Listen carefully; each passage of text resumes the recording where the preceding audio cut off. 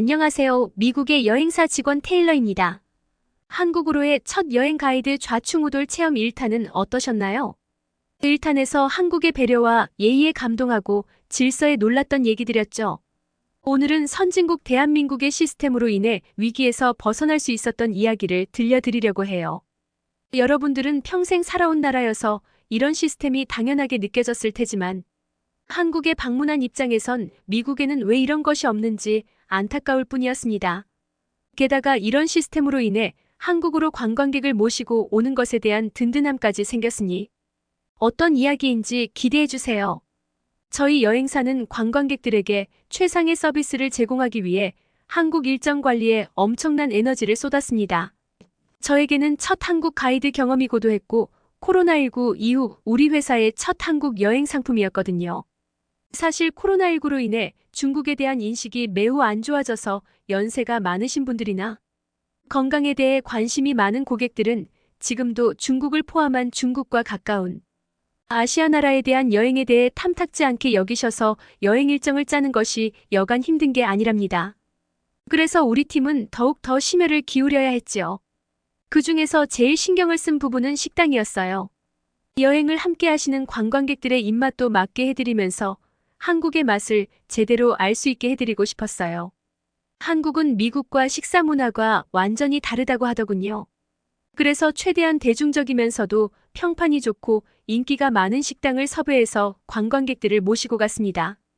여기서 잠깐! 여러분, 혹시 단체 여행을 다녀보신 적이 있으신가요? 단체로 여행을 다녀보셨다면 모두 공감하실 테지만 꼭 모임에서 웃지 못할 일을 만드는 사람이 한두 명 정도 있잖아요. 그분의 인권을 위해서 실명을 거론할 수 없으니 지금부터 빌런이라는 별칭으로 부르겠습니다. 빌런은 저희 여행사 관광객 중 가족여행으로 함께 오신 분이에요. 공항에서 티켓을 받는 순간부터 한국을 몇 번 가봤냐? 한국이라는 나라가 도대체 어디 있는 거냐? 중국으로 여행 가는 줄 알고 따라왔는데 대관절 한국이라니 도대체 쬐끄만한 땅 한국에 뭐 볼 것이 있겠냐며 저에게 큰 소리로 따지셔서 진땀 나게 하셨어요. 가족들도 공항까지 오는 내내 시달렸는지 말리지도 못하고 멀찍이 서서 외면만 하시더라고요. 어떤 팀에나 꼭 있는 분이었기에 웃으면서 최대한 응대해드리면서 한국으로의 여정을 시작했습니다. 그렇게 빌런과 함께 한국에 왔어요. 한국에 도착하자마자 빌런은 한국 사람들은 왜 이렇게 작은 거냐, 마늘 냄새 난다 등등 불평불만을 늘어놓으면서 작은 것 하나도 놓치지 않고 한국은 이래서 선진국이 될 수 없다면서 꼬투리를 잡으려고 더 열심인 것 같았어요.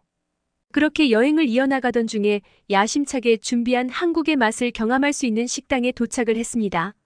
워낙 유명한 맛집이었기에 평소에도 웨이팅 시간이 길다는 것을 익히 알고 있었던 터라 솔직히 제 속마음은 온통 긴장 상태였어요.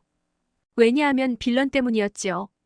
식당 입구에 들어서자마자 직원이 저희를 막아서고 한국말로 뭐라고 하는데 표정을 읽을 수가 없었어요. 그런데 저희가 한국어를 못 알아듣는 표정을 짓자 한국인 직원은 바로 영어로 대답을 해주더라고요. 그녀는 현재 카페에 자리가 없으니 바로 옆에 있는 기계에 연락처를 적고 가라고 하더군요. 빌런은 제 뒤에서 뭘 믿고 개인정보를 적으라는 거냐며 짜증내기 시작했어요. 그러자 한국인 직원은 도저히 믿을 수 없는 말을 했어요. 이 기계는 식당에 들어가기 위한 대기 인원수가 핸드폰으로 확인이 가능하며 입장 차례가 되면 바로 문자 메시지를 발송해준다고요. 차례가 될 때까지 줄을 서지 않아도 되고 누군가 새치기를 할까봐 긴장을 하지 않아도 된다니. 심지어 우리처럼 한국 여행을 온 관광객들은 주변 거리를 더 다닐 수 있는 시간까지 주어진다니. 아니 어떻게 한국은 이러한 평범한 식당에서마저 최첨단 기술이 적용되어 있는 장비를 갖추고 있을 수가 있단 말인가? 미국에서는 엄청나게 늘어선 줄이 길과 도로를 막고 있고 이러한 대기줄로 인한 병목 현상이 사회적인 문제로까지 대두되고 있는데요. 그러나 한국은 기술력 하나만으로 식당과 손님 그리고 이곳 근처를 지나는 잠재적인 보행자마저 배려해주고 있었고 이러한 한국의 최고 수준의 인프라는 마치 미국을 후진국처럼 보이게끔 할 정도였습니다. 그렇게 저희는 문자가 올 때까지 한국의 이곳저곳을 실컷 둘러볼 수 있었고 정말 대기 같지 않은 대기를 마친 뒤 식당에 입장할 수 있었습니다. 빌런은 한국의 이러한 고도로 발전된 기술을 보고 몹시 풀이 죽은 듯 했지만 그가 한국에 대한 열등감을 내비치기에는 너무나도 놀라운 국가였습니다. 그렇게 저희는 한 한국 식당에 들어가게 됐죠. 그 와중에 빌런은 한국 음식은 전부 중국 음식에서 기원했다면서 팔짱을 끼고 불평을 이어나갔지만 저희는 그의 말을 무시한 채 김치찌개와 고등어구이, 제육볶음 등의 한식 요리를 주문했습니다. 그런데 한국에서 처음 먹어보는 한식에 대한 기대감도 잠시 관광객분들은 당황하며 웅성대기 시작했어요. 식당 주인 아저씨는 주문한 요리가 아닌 웬 정체불명의 다른 음식들을 내오기 시작했거든요. 그는 더덕 무침과 젓갈 요리 그리고 깻잎 무침 같은 여러 요리들을 세팅했고 빌런을 포함한 관광객분들은 지금 대체 무슨 일이 일어나고 있는 건가 싶어 당황할 뿐이었습니다. 한 두 개의 음식만 제공된다면 이건 그저 요리에 딸려 나오는 서비스 음식이겠거니 하겠지만 주인 아저씨는 이내 테이블 가득 채울 만큼의 엄청난 양의 음식들을 내오셨거든요. 빌런은 우리가 외국인이라고 사기를 치려고 하는 것 같다면서 식당 사장님에게 우리가 주문한 음식이 아니라고 단호하고 크게 말했습니다. 그러자 입구에 있던 영어를 잘하는 직원이 뛰어와서 놀랄만한 이야기를 하더라고요. 이건 밑반찬이에요. 외국인 손님들은 항상 밑반찬을 보고 돈을 더 내라는 거냐며 의심하곤 하더라고요. 한국의 식당에서는 메인 요리를 주문하면 이런 기본적인 밑반찬이 무료로 제공되고 이러한 밑반찬들은 언제든지 리필이 가능하니 필요하면 언제든지 불러주세요. 모두 정말 깜짝 놀라고 말았습니다.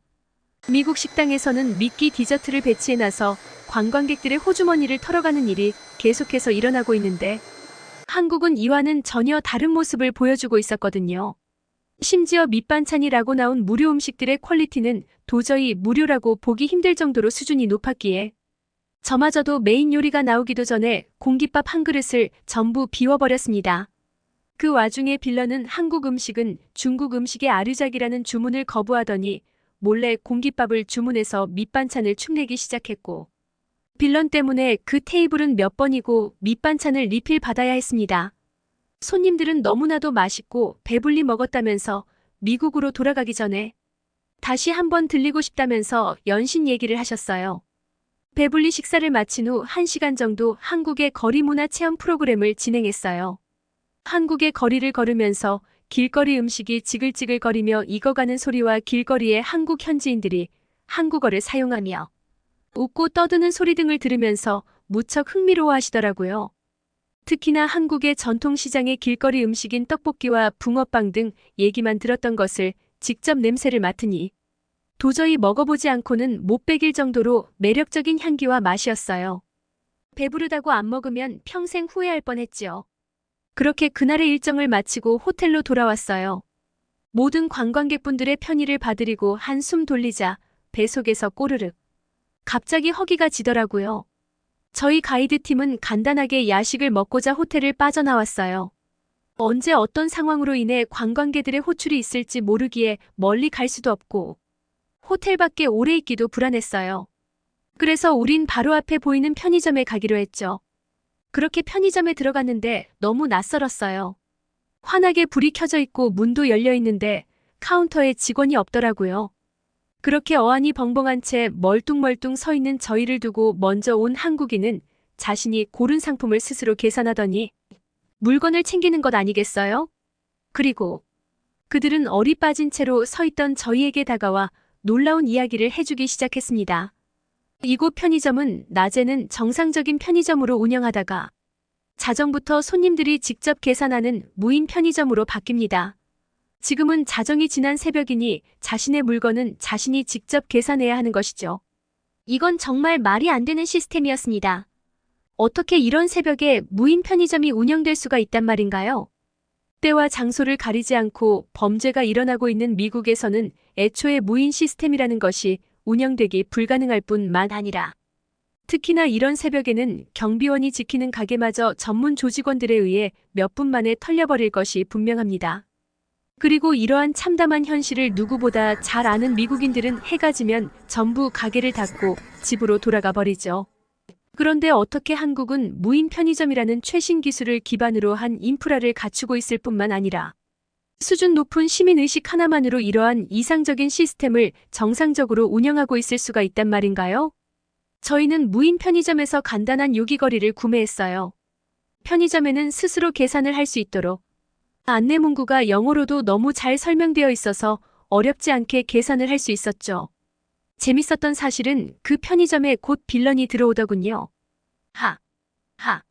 빌런도 저희와 같이 멍하니 서 있더니 저의 얘기를 듣고 필요한 물건을 골라 스스로 계산을 했어요. 편의점에서 나오면서 빌런은 사실은 아내가 임신 중이어서 태교 여행을 왔는데 한국의 시스템에 놀라서 편하게 여행을 할 수 있는 것에 내심 놀라고 아내가 너무 좋아한다고 얘기하더라고요. 편의점에 오게 된 것도 아내가 갑작스럽게 아이스크림이 너무 먹고 싶다고 해서 이 시간에 아이스크림을 살 수 있는 곳이 있을까 반신반의하면서 나온 것이라더군요. 아내가 너무 좋아할 것 같다며 그동안 무리하게 굴어서 미안했다는 얘기까지 했어요. 그야말로 한국은 열등감에 찌든 사람마저 자신의 편으로 돌리는 환상적인 국가였고 왜 이제야 한국으로 여행을 가게 됐는지 한국을 겪어보지 못한 관광객들에게 안타까운 감정마저 느꼈습니다. 끝까지 시청해주셔서 진심으로 감사드리며 여러분들의 구독과 좋아요, 알림 설정은 영상 제작에 큰 힘이 됩니다. 이상 999였습니다.